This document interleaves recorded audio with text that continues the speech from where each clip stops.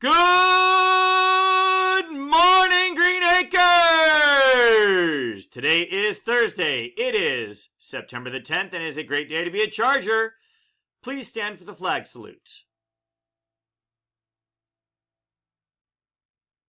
Ready?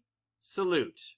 I pledge allegiance to the flag of the United States of America and to the republic for which it stands, one nation, under God, indivisible, with liberty and justice for all. You may be seated.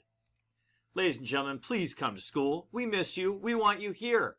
Come join our Zooms. Be a part of things in your classes daily and on Wednesday for advisory. And then, of course, go to your RTI when you get that chance. Please do your work. Take care of business.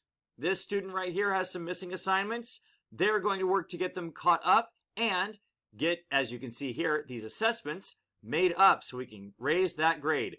Next Friday is the end of the marking period, so make sure that we get everything taken care of. Don't leave anything missing.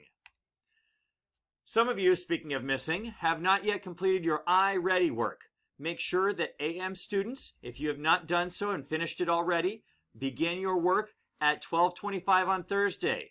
PM students, we will begin at 9:45 on Friday. We'd like to have ourselves some breakout Zoom rooms so we can get you taken care of on this if you don't get it done on your own.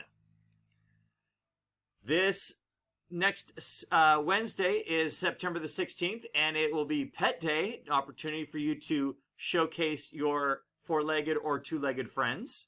So take a look at the leadership video for more details. And our thought for the week, again, from Abby Wambach. I think in order to get better, you have to make goals. Whether you write them down or tell someone about them, it's important to set goals for yourself in order to achieve any kind of success.